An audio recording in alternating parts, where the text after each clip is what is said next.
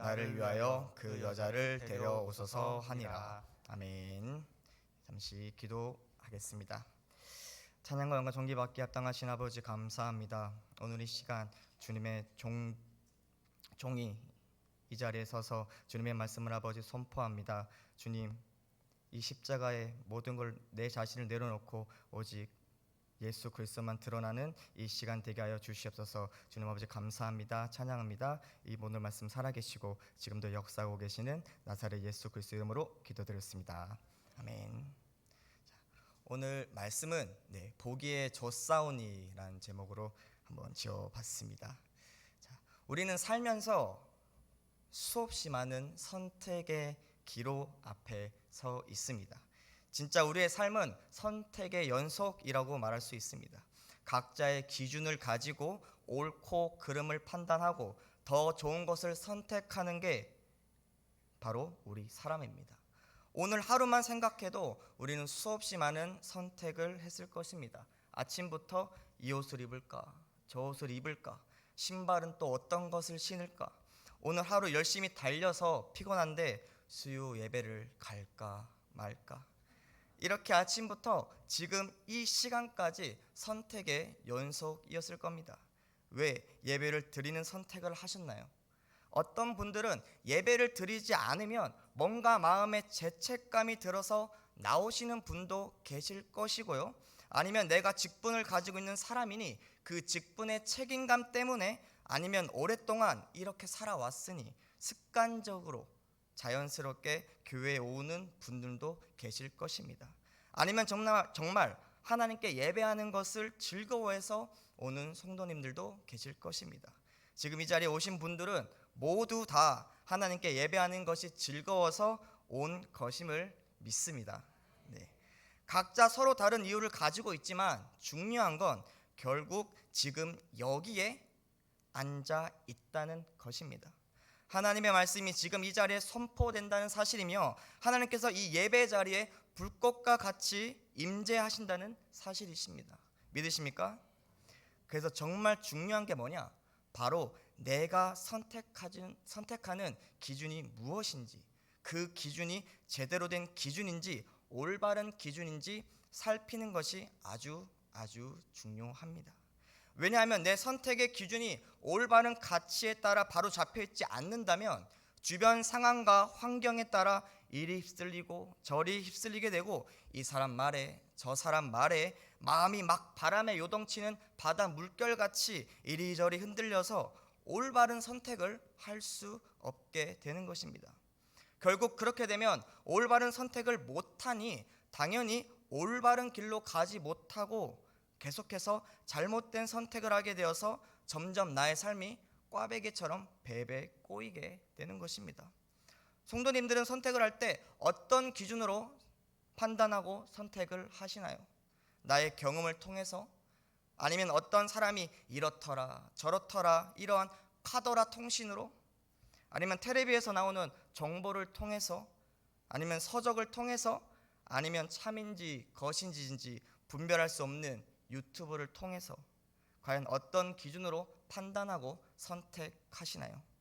오늘 본문에 나오는 삼손은 정말 우리에게 중요한 교훈을 말해주고 있습니다. 본문에서 삼손은 어떤 일을 판단하고 선택하는 기준을 우리는 말씀을 통해서 알 수가 있습니다. 바로 그 삼손의 기준을 한마디로 말하면 보기에 좆사오니입니다. 그 말은 즉 삼손은 눈에 보이는 대로 자기 눈에 좋은 것을 쫓아 살아갔다는 겁니다. 자, 그렇다면 삼손은 어떤 사람일까요? 삼손의 출생도 아주 스페셜합니다. 14장 전장인 13장에서는 삼손의 초자연적인 출생에 대한 기록이 적혀져 있습니다. 자그마치 여호와의 사자가 나타나서 삼손의 출생을 예고하였으며 하나님께 바쳐진 나실인으로서 구별되었고 블레셋 사람들에게 압제받고 있던 이스라엘 백성들을 구원할 하나님의 도구로 임명받은 사람이 바로 삼손입니다. 이러한 삼손은 이스라엘 사람들에게 큰 사랑과 기대를 받았을 것입니다. 자, 삼손은 이스라엘 사람들의 기대와 사랑을 받은 만큼 잘 성장했을까요? 우리는 본문 말씀을 통해서 알 수 있습니다. 어른이 된 삼손은 등장하자마자 자기의 성격이 어떠한지를 잘 보여주고 있습니다. 오늘의 본문 1절에서 2절 말씀입니다. 삼손이 딥나에 내려갑니다.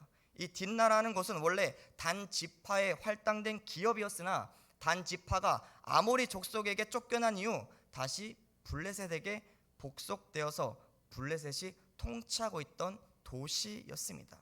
삼손은 그 딥나라는 곳에 여호와의 영에 이끌려서 도착했습니다. 왜 딥나라는 곳에 도착을 했을까요?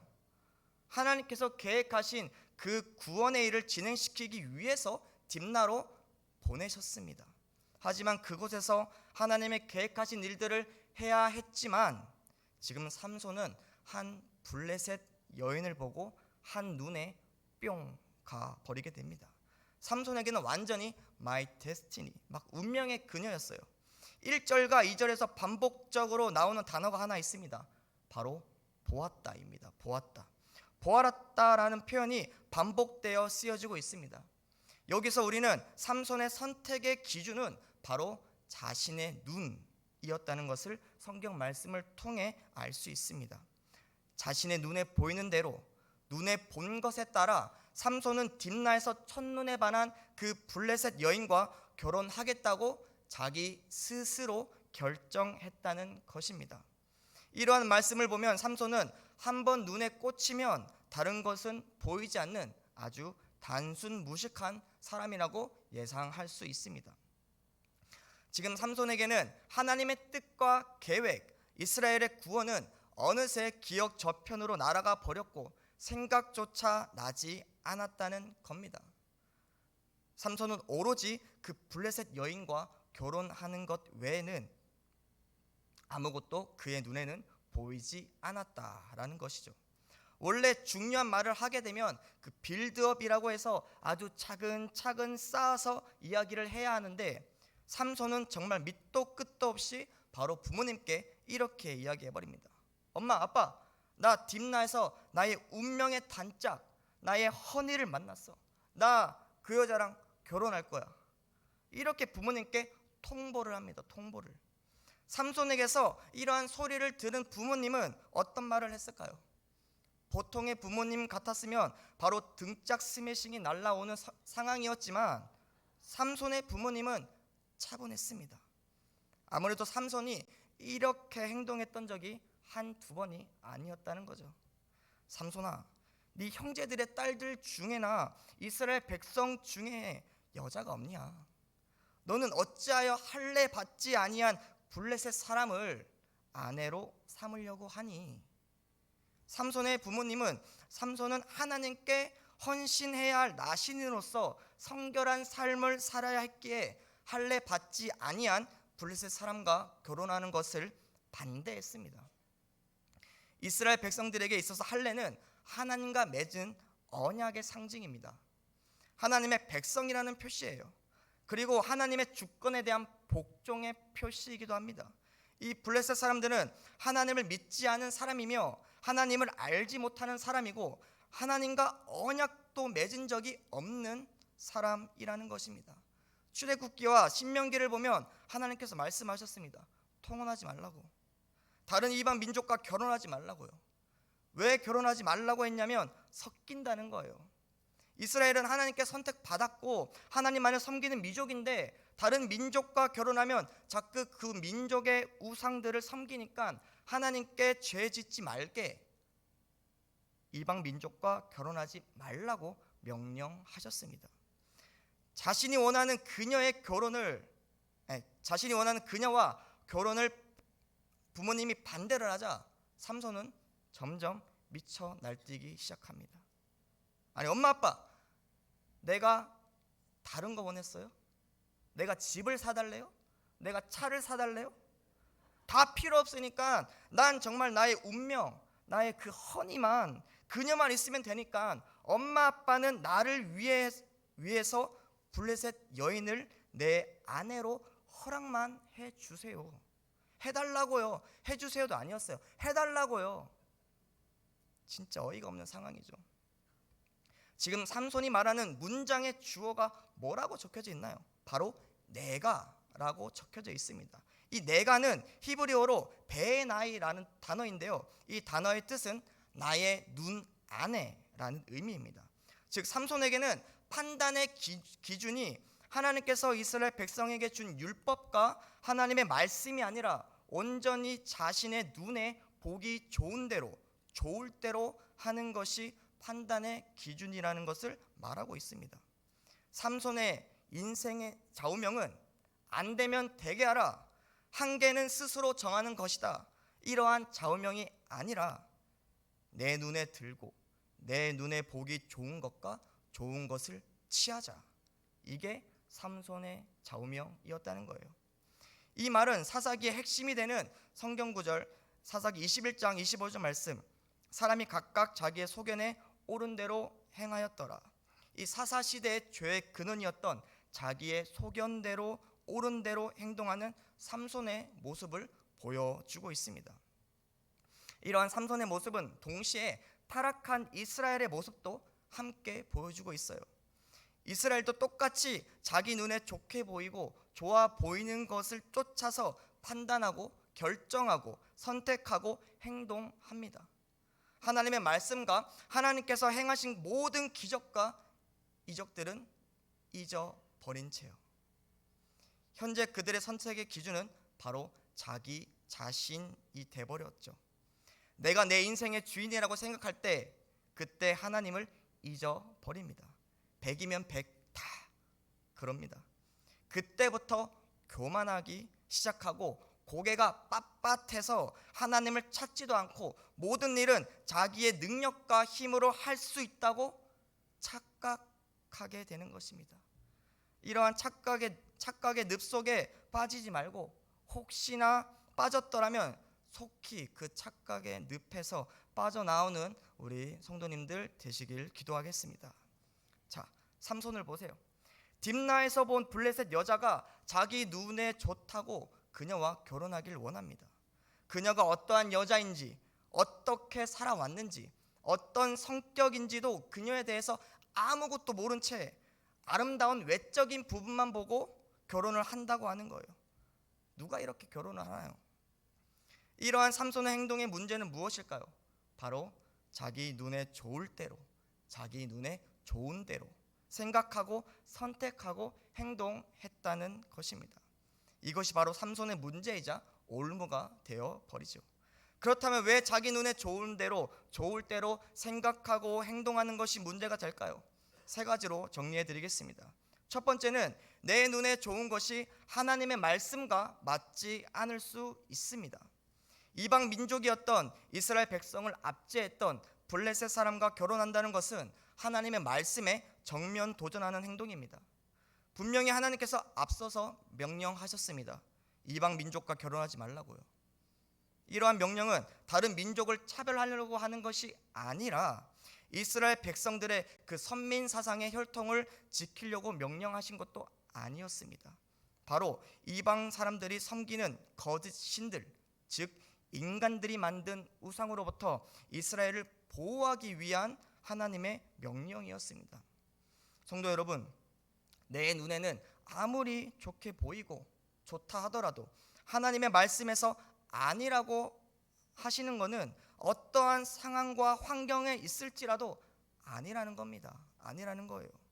하나님 말씀과 맞지 않는 것을 내 눈에 좋아 보인다고 선택한다면 우리는 반드시 그 선택에 대한 책임을 져야 할 것입니다.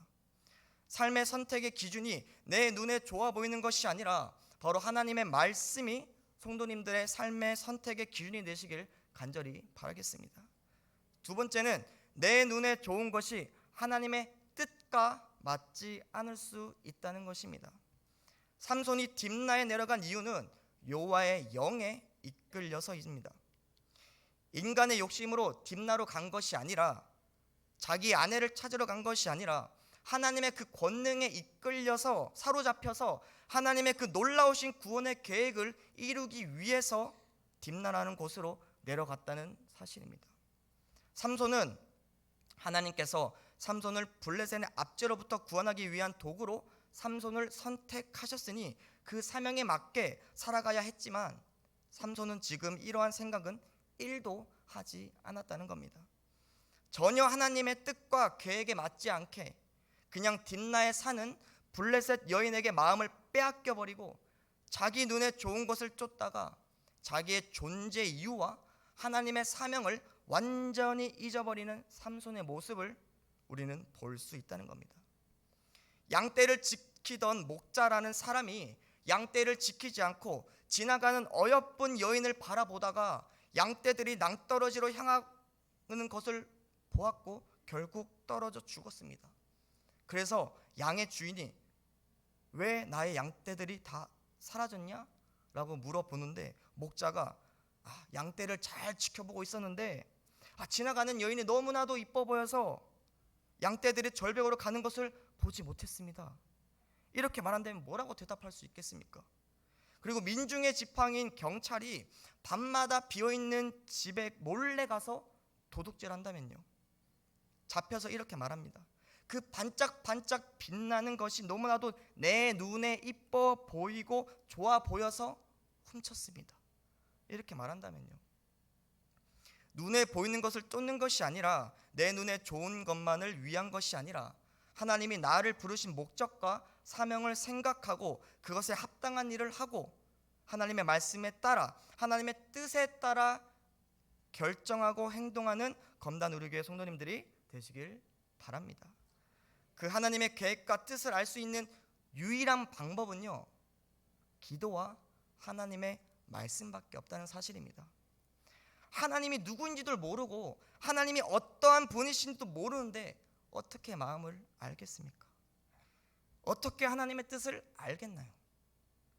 하나님과 친밀하지도 않는데 어떻게 하나님의 그 계획과 뜻을 알 수 있겠습니까? 저랑 가장 가까운 사람이 누구인가요? 바로 저기에 앉아있는 제 아내겠죠. 네. 제가 이건 약속을 안 했습니다. 그래서 제가 이 설교를 마치고 내려가서 혼날 수도 있어요.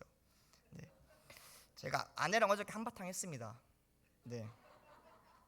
원래 한 침대에서 서로 마주보고 하하호호 하면서 자는데 어제는 서로 등을 쥐고 잤어요.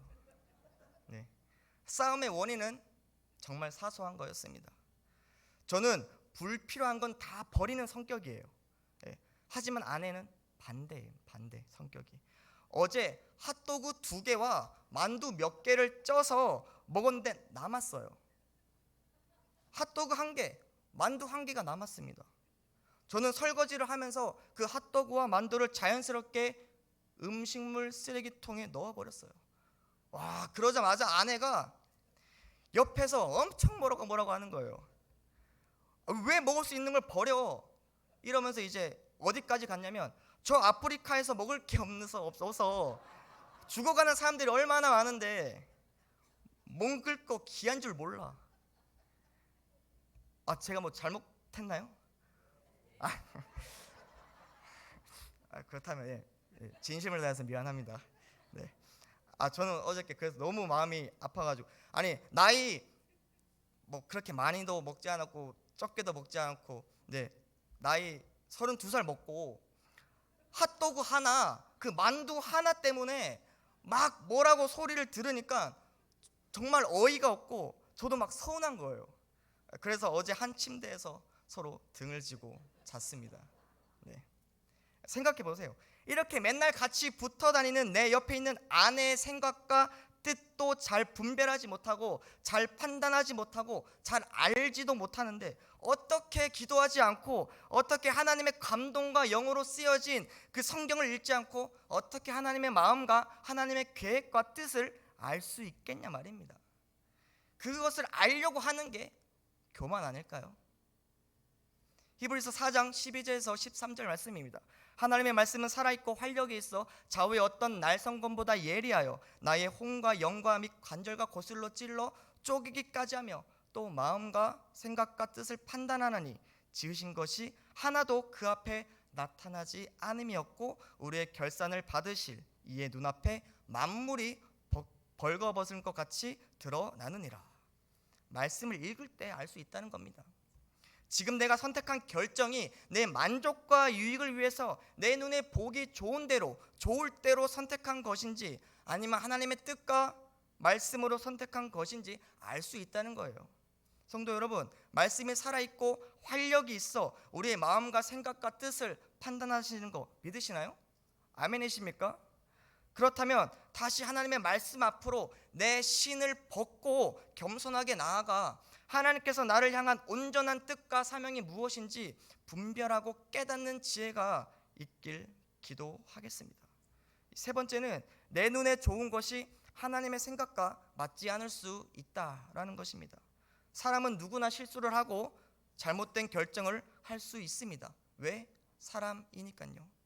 우리의 가장 윗 조상인 아담과 하와도 실수를 하고 그 마귀의 유혹에 넘어가 눈에 보기 좋은 대로 행동해서 잘못된 선택을 하게 됩니다. 그렇게 우리는 죄성이라는 것이 있어서 자꾸 죄로 나의 눈과 마음이 가게 되어 있어요. 어쩔 수 없어요. 그래서 바른 길로 인도하는 목자가 있는 것입니다. 내 양떼가 저 사망의 수월의 골짜기로 가고 있는데 모든 방법을 동원해서 살려내지 않겠습니까? 충고와 조언으로, 그리고 기도와 그 영혼을 사랑하는 마음으로 말입니다. 하지만 삼손은 어떻게 부모님의 그 충고에 마음을 돌이키나요? 자신의 잘못된 행동을 반성하고 수정하나요? 올바른 길로 걸어가나요? 아닙니다. 돌이키지 않습니다.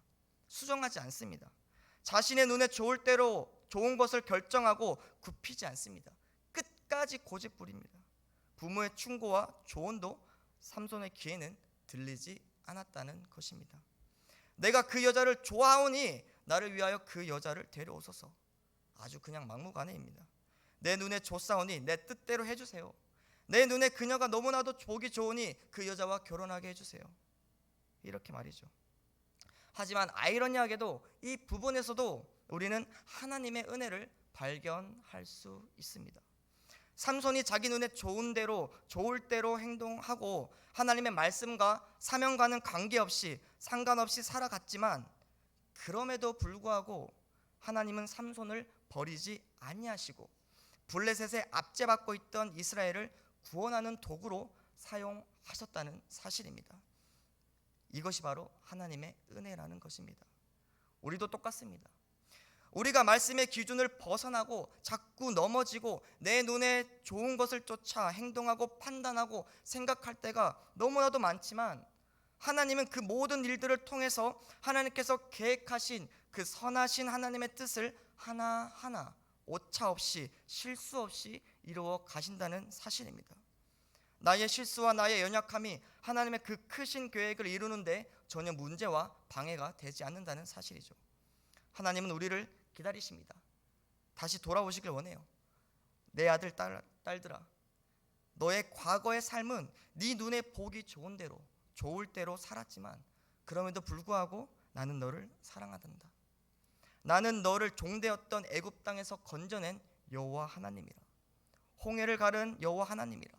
밤에는 불기둥으로 낮에는 구름기둥으로 인도한 여호와 하나님이라. 주변 나라의 압제에서 건져낸 구해낸 만유의 주제 이 세상을 말씀으로 창조한 너희 아버지 만군의 여호와 하나님이라. 마무리하겠습니다. 성도 여러분, 잊지 마십시오. 하나님께서 죄 짓는 우리를 가만히 내버려 두시는 것은 우리를 신경 쓰시지 않는 것이 아니라 심판을 내리실 능력이 없으신 분이 아니라 항상 얘기합니다. 우리를 너무나 사랑하셔서 기다려 주시는 것입니다. 네 눈에 보기 좋은 대로 좋을 대로 살아왔지만 나를 찾을 때, 나를 잊지 않고 기억할 때 나의 눈에 보기 좋은 대로 좋을 대로 나와 동행하면서 살아갈 너를 기다리고 있단다. 하나님의 사랑은 그 한없는 사랑이 바다를 먹물 삼아도 하늘을 두루마리 삼아도 다 채울 수 없는 하나님의 사랑이 느껴지시나요? 너희 중에 누가 아들이 떡을 달라는데 돌을 주며 생선을 달라는데 뱀을 줄 자가 있겠느냐?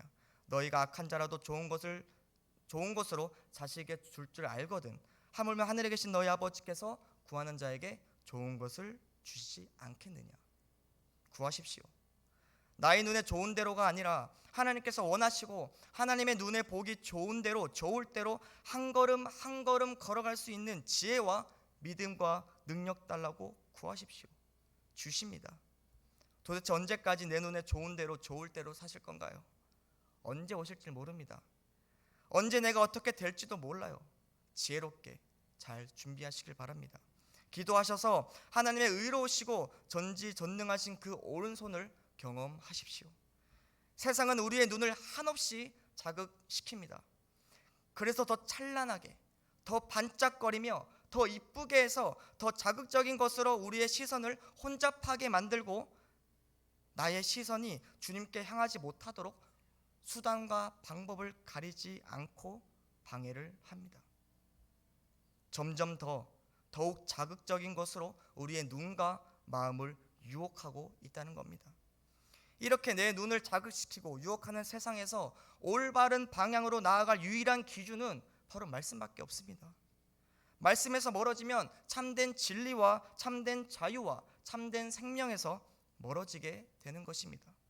내 눈에 보기 좋은 대로 살아가는 것이 아니라 하나님께서 보기 좋은 대로, 좋을 대로 살아가는 나의 삶의 기준이 오직 하나님의 말씀이 되는 그러한 검단 우리 교회 성도님들 되길 하나님의 이름으로 기도하겠습니다.